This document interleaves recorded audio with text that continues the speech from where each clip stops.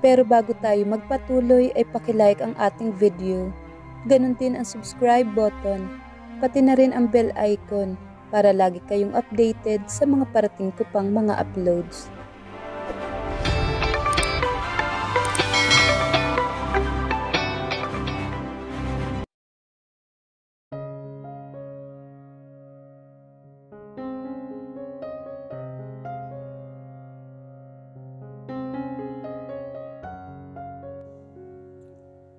Gabi na nang dumating sila sa La Union.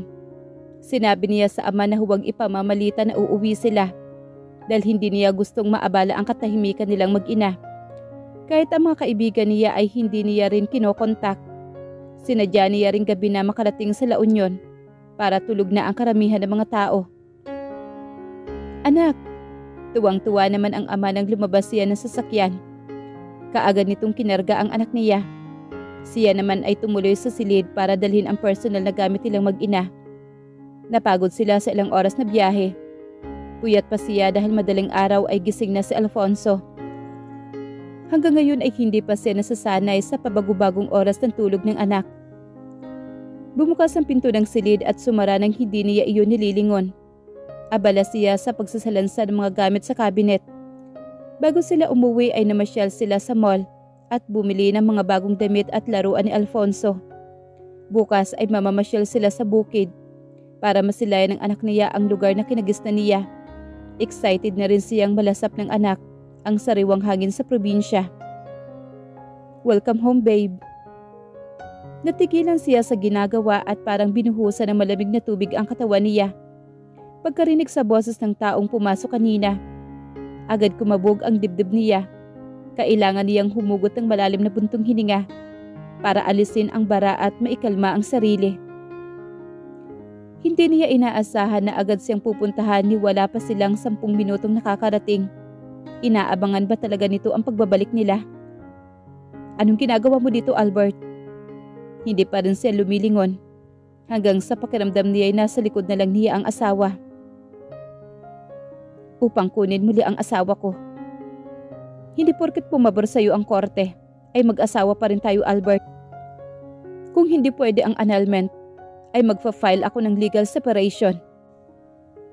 Sa palagay mo ba papayagan kung putulin mo ang relasyon natin bilang mag-asawa? Ang kasal natin? Pinagdaanan ko na ang bangungot. Bulong na wika nito na halos kahibla na lang ang pagitan nilang dalawa. Lalong sumikip ang dibdib niya sa kaba. Bakit ba laging ganito ang epekto ng lalaking ito sa kanya?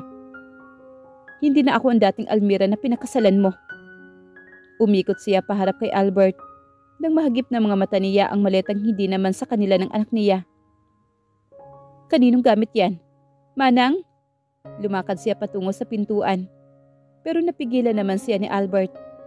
Sa akin yan. At bakit nandito ang gamit mo? Kung ayaw mong tumira sa bahay, dito tayo titira. Maaga na lang ako maglilibot sa Alfonso Farm sa umaga. Anong pinagsasabi mo? Sino nagbigay ng permiso sa'yo na tumira dito sa bahay ng tatay ko? I made a promise to your father that I will be better husband to his daughter, that I will be given chance to fix our marriage. Pwes, hindi ako pumapayag, Albert. Bakit ba hindi ako ang kinausap ng papa tungkol dito, ha? Kung ayaw mong tumira ako dito, sa bahay tayo titira, mamili ka. Pero sinasabi ko na sa iyo, Almira, hindi ko napapayagan na malayo muli sa akin ang anak ko. Matatag na wika naman ni Albert. Yeah, tama ka. Dahil isa siyang Sullivan. Yan lang naman ang habol mo, hindi ba? Of course not. Tinitigan siya nito mula ulo hanggang paa, habang unti-unting lumalapit sa kanya. Hinahabol-habol ko pati ang nanay ng anak ko. Umalis ka na nga, Albert. Bukas na lang tayo mag-usap. Dahil gusto ko na talagang magpahinga. You are not listening, my wife. Hindi ako aalis. Ipaglalaban ko ang karapatan ko bilang asawa mo. Napapagod na ako makipagtalo pa sa iyo, Albert. Halos pakiusap naman niya rito. Kung ayaw mong umalis, doon ka sa kabilang silid. Maliit lang ang kama ko at malikot matulog si Alfonso. Totoo namang maliit lang ang silid niya kumpara sa silid ng mga Sullivan sa kabilang hasyenda. At gusto niyang pag-iisipan muna. Gusto pa ba niya ang suhestyon ni Albert na ayusin nila ang pagsasama nila? Maraming pagkakataon na ang ibinigay niya sa kanilang dalawa. Pero wala naman nangyari. No, sa lapag na lang ako matutulog. Wika ni Albert na hindi pumayag na lumabas ng silid. Baka pagising ko nakaalis na naman kayo ng anak ko. Hindi niya alam kung bakit nagbago na naman si Albert na dati ay wala namang pakialam sa kanya noong nasa Hacienda Sullivan sila. Kung anak lang naman ang habol nito, ay hindi nila kailangang magsama sa iisang silid. Bakit pumayag kayo na dito tumuloy si Albert, Papa? Tanong ni Almira sa ama nang bumaba siya at kinuha ang anak. Hindi pa siya handang makipag-usap kay Albert, kahit pa nanginginig pa rin ang tuhod niya sa tuwing lalapit ito sa kanya. At naroon pa rin ang paru-paro sa tiyan niya kapag iisipin na magkasama sila sa iisang silid. Nakiusap siya sa akin, anak. Alang-alang daw sa anak ninyo. Total lumabas na ang desisyon ng korte. Kasal pa rin naman kayo. Pero matagal na rin hindi kami nagsasama, Papa. Ayaw mo na bang maayos ang pamilya mo? Hindi mo na ba mahal ang asawa mo? Natanaw niya si Albert na lumabas ng silid at tumayo sa gilid ng hagdanan. Tiyak naghihintay rin ito ng sagot niya. Patutulugin ko na si Alfonso sa kwarto. Aniya na kinarga na ang anak. Maaga ako maglilibot sa bukid bukas. Kapag gising ng apo ko, gusto ko siyang isama. Nakangiting wika ng papa niya. Pa, saka na kapag naglalakad ang apo ninyo. Lumingon siya sandali sa ama. Isang mahinang tawa naman ang pinakawalan nito. Pag-akyat niya kaagad na kinuha ni Albert ang anak sa mga bisig niya. Lumapat pa ang palad ng asawa sa dibdib niya na hindi niya alam kung sinasadya o hindi. Patutulugin ko na ang bata, Albert. Alam niyang nakarga na nito ang anak kanina habang kausap ang papa niya. Kamukhang kamukha mo siya. Ang sabi nila, kapag kamukha daw ng nanay ang bata, mahal na mahal ng lalaki ang asawa niya. Umirap naman siya sa biro nito at pilit kinuha ang anak. Halos 11:00 na ng gabi. Kahit siya ay inaantok na rin dahil gabi-gabi siyang puyat. Kahit may yaya ay hands-on siya sa pag-aalaga niya kay Alfonso. Ang problema niya ngayon ay kung paano magpapa-breastfeed sa anak nang hindi naka-expose ang dibdib niya kay Albert. Nakasanayan pa naman nila ng anak na iyon ang pampatulog nito. Masarap din kasi sa pakiramdam niya na habang tulog ito ay yakap niya sa mga braso, na nakasandal ito sa dibdib niya at malapit sa puso niya. Gusto niyan laging ipinaparamdam kung gaano niya kamahal ang anak. Pwede ka bang sa kabilang silid na lang matulog? Baka magulat si Alfonso kapag may ibang tao dito. Pagising niya mamaya pagdadahilan naman niya rito. Ibang tao? Hindi ako ibang tao, Almira. Ako ang ama niya. Oo na, pero... At hindi pa yan nangingilala, babe. Believe me, kahit sa tabi ninyo ako matulog ngayon, hindi yan iiyak. Totoo naman ang sinabi nito. Kahit sino ang kumarga sa anak niya ay hindi pa ito tatanggi. Pero paano niya ipapaliwanag na pagkatapos niya mga anak, ay lalong tumaas ang insekuridad niya? May sugat siya sa puson na hindi na mawawala kailanman. Idagdag pa ang stretch marks niya. Nangangalumata siya gabi-gabi dahil sa puyat at wala pa siya sa mood sa mag-ayos. Wala siyang kumpiyansa ngayon sa sarili niya. I need my privacy, Albert. Please. Halos pakiusap naman niya rito. Lumapit naman si Albert at umupo sa tabi niya. Gusto kong humingi ng tawad sa iyo. Sa lahat ng pananakit na ginawa ko sa iyo. Sa lahat ng pambabaliwala ko sa iyo. Alam mo na ako ang tumutol sa judge na mapawalang bisa ang kasal natin. Gusto kong manatiling kasal tayo. Gusto kong manatiling maging ama ako ng anak natin. At gusto kong maging buo tayo. At gusto kong maging buo bilang asawa mo. Ang mahalaga ngayon, ako pa rin ang asawa mo, Almira. Gusto niyang itanggi ang tungkol sa damdamin niya kay Rafael dahil matagal nang nawala iyon. Pero mas inuna niyang ipaalala ang mga insekuridad niya. There are women, younger, prettier. Isang araw ay aalis ka ulit kasi hindi mo gusto dito sa La Union. Hindi. Mabilis naman natanggi ni Albert. I am managing Alfonso Farm right now. Hindi ako papayag na tuluyang masira ang pagsasama natin. Marami na akong naibigay na sakit sa iyo, Almira. Marami akong naging pagkakamali dahil sa kagustuhan kong lamangan sa Rafael noon.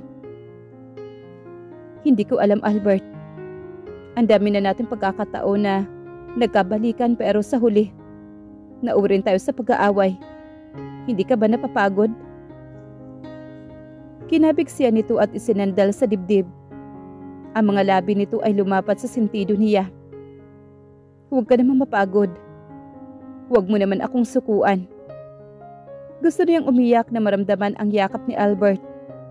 Noong buntis siya ay ilang beses niyang hiniling na yakapin siya nito, lalo kapag masama ang pakiramdam niya. At ngayon ay kailangan pa rin niya ang yakap nito, kahit hawak niya na ang anak sa mga bisig niya. Akala niya ay kaya niyang maiwala ang damdamin niya kay Albert kapag lumayo siya sa asawa. Isang marahang tango lang ang isinagot niya dahil iniiwasang maging emosyonal. Itinaas ni Albert ang mukha niya, saka siya hinalikan sa mga labi. Wala na siya nagawa kung hindi ang tumugon. At kung hindi pa gumalaw si Alfonso, ay tila gusto pang umiyak dahil marahil gutom na. Hindi pa rin pakakawala ni Albert ang mga labi niya. Gutom na siya. Nasaan ang gatas niya? Nasa yaya pero kasi... Wait, ako na ang bababa. Hindi na. Patutulugin ko na lang to. Matulog ka na rin. Panunuorin ko siya habang natutulog. He's so adorable. Pinisil pa ni Albert ang pisngi ni Alfonso. Oo na. Bukas mo na kulitin. Matulog ka na dahil patutulugin ko na to. Umiyak na ng tuluyan ang bata kaya napilitan siyang ilabas ang dede niya. Kumalma naman ang anak nang makadede na ito sa kanya. Si Albert naman ay nakatitig sa kanilang mag-ina. Doon ka na sa carpet. Matutulog na kami. Hindi ba pwedeng dito sa tabi mo? Nakangising wika naman ni Albert. Hindi tayo kasya dito. Pumayag ka na sa sahig matulog, hindi ba? Pero nagbagong isipan ko. Umakbay itong muli sa kanya habang nakatitig sa anak. Pwede bang ako ang susunod? Albert? Itinulak niya ang asawa na tumawa naman habang tinutudyo siya nito. Okay, fine. Pagod ka ngayon sa biyahe kaya't hahayaan kitang magpahinga. Kumindot naman ito sa kanya. Pero sa halip na sa sahig humiga ay isiniksik nito ang katawan sa kabilang gilid ng kama at pinagkasya ang sarili roon. Mahuhulog ka riyan, Albert. Hindi ako matutulog para makapagpahinga ka ng maayos. Ako muna ang mag-aalaga kay baby ngayong gabi. Ikaw? Huwag na. Kaya ko naman eh. Nakakatulog naman ako sa araw kasi si Manang ang nag-aalaga. Huwag ka na makulit, babe. Sige na. Kapag hindi ka natulog dyan ako sa tabi mo at may gagawin tayo. Banta nito na inirapan naman niya. Ang hilig mo talaga manakot. Hindi yun pananakot, babe. Pinipigilan ko lang ang sarili ko kasi alam kong pagod ka. But that doesn't mean I don't want you. I want you. I want you so much, babe. Napilitan siyang ilapag ang anak sa kama. Nang makitang tulog na ito, pumikit siya at sinikap matulog. Pero mukha pa rin ni Albert sa kabilang sulok ng kama ang nasa balintataw niya. Katulad na nasa balintataw niya, may pilyong ngiti si Albert nang idilat niya ang mga mata. Matulog ka na rin kaya? Inis niyang wika rito. Hindi nga ako makatulog. Gusto kong namnamin ang bawat sandali na kasama ko kayo ulit. Nagulat siya sa pagdilat ng mga mata ay maliwanag na sa labas. Si Albert ay karga ang anak sa labas ng balkonahe. 7:00 na ng umaga. Nakatulog siya ng ganoon kahaba. Agad siyang bumangon at nagtungo sa banyo para maghilamos bago pinuntahan ang mag-ama niya sa balkonahe. Bakit hindi mo ako ginising? Ibinaba mo ba sa Alfonso kay Manang kagabi? Masarap ang tulog mo. Bakit kita gigisingin? At hindi ko rin ibinaba kay Manang ang anak natin. Nakatulog naman ako ng 1 o 2 oras. Kapag tapos na mag-milk si baby. Lagi pa naman siyang tulog. Yun nga lang, 5:00 pa siya gising na. Maya-maya matutulog ulit ito. Kung titingnan niya si Albert ngayon ay malaki na ang ipinagbago nito. Lumapit ito sa kanya at sinil siya na mapusok na halik. Ang papa. Agad niyang tanong nang tapusin niya ang halik. May mga katulong na abala sa baba at baka may makakita sa kanila sa balkonahe. Abala sa kusina maghanda ng pagkain kina Manang. Dito kasi magla-lunch sina Papa, Rafael at Cassandra. Masayang-masaya silang makita siya, lalo na si Alfonso. Okay na kayo ni Rafael? Oo. Madamdamin ka agad nitong sagot. Napakarami niyang sakripisyo para tulungan akong maitama ang mga pagkakamali ko. Ang magagawa ko lamang sa kanya ay mapatunayan na nandito na kayo sa akin, kayo ni Alfonso, para hindi naman sayang ang mga sakripisyo niya sa akin. Natutuwa akong marinig yan, Albert. Nakakapagod na rin ang walang hangganang alitan ninyong dalawa. Matagal ko nang inayos ang relasyon naming dalawa at ngayon ay gusto kong ang pamilya naman natin ang maayos. I love you, my wife. Maniwala ka man sa hindi. Mahal na mahal kita. Naniniwala ka ba?